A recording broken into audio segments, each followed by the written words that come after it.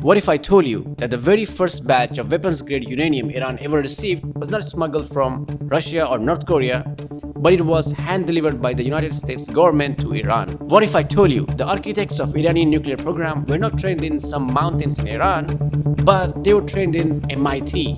Yes, you heard it right, MIT in the US. You will say, that's crazy. Yeah, indeed it's crazy. You may have heard day and night that Iran is a rogue nuclear threat. But you may not hear this from CNN, BBC, or all these propaganda outlets that the US helped Iran start its nuclear program.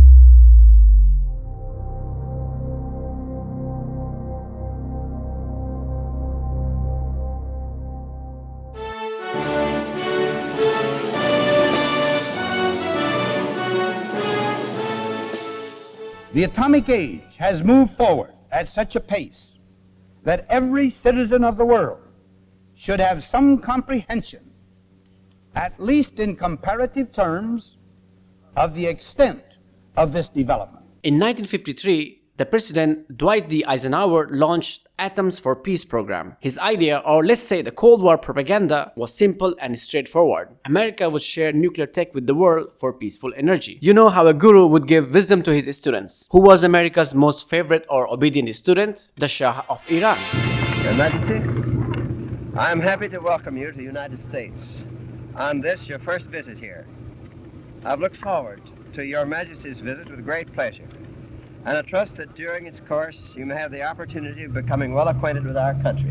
In 1967, the US supplied Iran with its first nuclear reactors, the Tehran Research Reactor. Give me a couple of seconds to tell you something that might sound scandalous. The US provided Iran with 5 kilograms of 93% highly enriched uranium to make the reactors work. Let that sink in. That's weapons-grade material. The exact same stuff that the entire West has sanctioned them for even thinking about producing. Now, for the skeptics, you are right. 5 kilograms is not much. You probably need about 5 times more than that for a functional warhead. But the point is, by handing over them the highly enriched uranium, the US gave them the literal gold standard of explosive material. It's like saying, here's the exact purity you need for a bomb, now here's a reactor to help you learn how it behaves. Go, have fun. Did you know that the JCPOA, the deal that Obama made, Iran was restricted to enriching uranium at 3.67%. By the mid-1970s, the Shah of Iran wanted to have at least 20 reactors. His dream was to see Iran as a nuclear energy superpower. But there was one problem. How can you run a nuclear empire without a genius-level workforce? It was not a big problem for him. He knew exactly what to do. He went to one of the most prestigious schools in the world,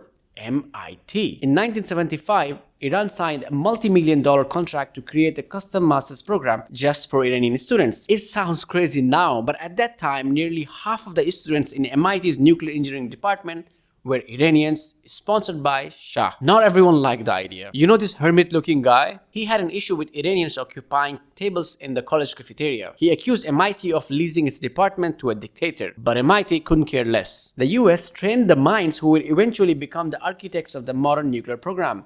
Men like Mansour Hajazim, an MIT grad who later became a top leader in Iran's atomic energy organization. See, I was not clickbaiting when I said that the architects of Iranian nuclear program were trained in MIT. Okay, everything was going great. Then came 1979. I hope I don't have to tell you what happened in 1979 in Iran. The revolution turned America's star student into one of its greatest enemies. There's a change of government in Iran, and now the US is thinking, how can we leave all this stuff in the hands of our enemy? The US tried to erase what they built. They cut off the uranium fuel, they blocked equipment Iran already paid for, they even tried to sabotage the Eurodif deal that Iran made with France. What is this deal? It was a massive enrichment plan that Iran technically owned a 10% stake in because the Shah had lent France $1 billion to build it. Given what you have heard about 1979 revolution, you would think the new Islamic leadership would have jumped at the chance to finish the Shah's American-made nuclear program. The situation was different. I feel like for some reason, Americans always misunderstand their opponents. The new leadership was not a big fan of the nuclear program. Ayatollah Khomeini himself was against the use of nuclear weapons, as it goes against the principle of ethical war. Anyways, the new leadership downgraded the projects. They removed many scientists from the project. The funds were diverted to other public utility programs. For nearly a decade, the program was effectively dead. But then it came back to life. What happened? Two things changed the view in Iran. First, the Iran-Iraq war. For 8 years, Iran was locked in a bloody conflict with its neighbor, Iraq.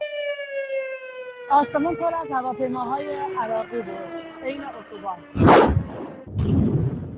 During the war, Iraq's warplane repeatedly bombed the partially built nuclear shells at Bushehr. Between 1984 and 1988, Iraq bombed the site 7 times. Iranians came to a realization that while they had abandoned their nuclear tech, their enemies were busy trying to destroy what was left of it. They watched their billion-dollar investments turn into rubble by Iraqi missiles. But the second realization was even more bitter. Iran noticed that the international community, the same one that preached about nuclear safety, were silent while Iraq was bombing their nuclear reactors. To make matters worse, Iran found out that the Western intelligence were helping Iraq identify targets. On one hand, the West had cheated them out of their fuel, and on the other hand, their neighbors were targeting their nuclear reactors. So, the Iranian leadership came to a logical conclusion. The world is filled with monsters ready to devour you at the first sign of weakness. They dusted off those MIT degrees, they called the scientists back to the labs and moved the program underground. If the world wouldn't let them buy security, they would use American training to build it in secret. So when you hear a news headline about Iran reaching 60% enrichment,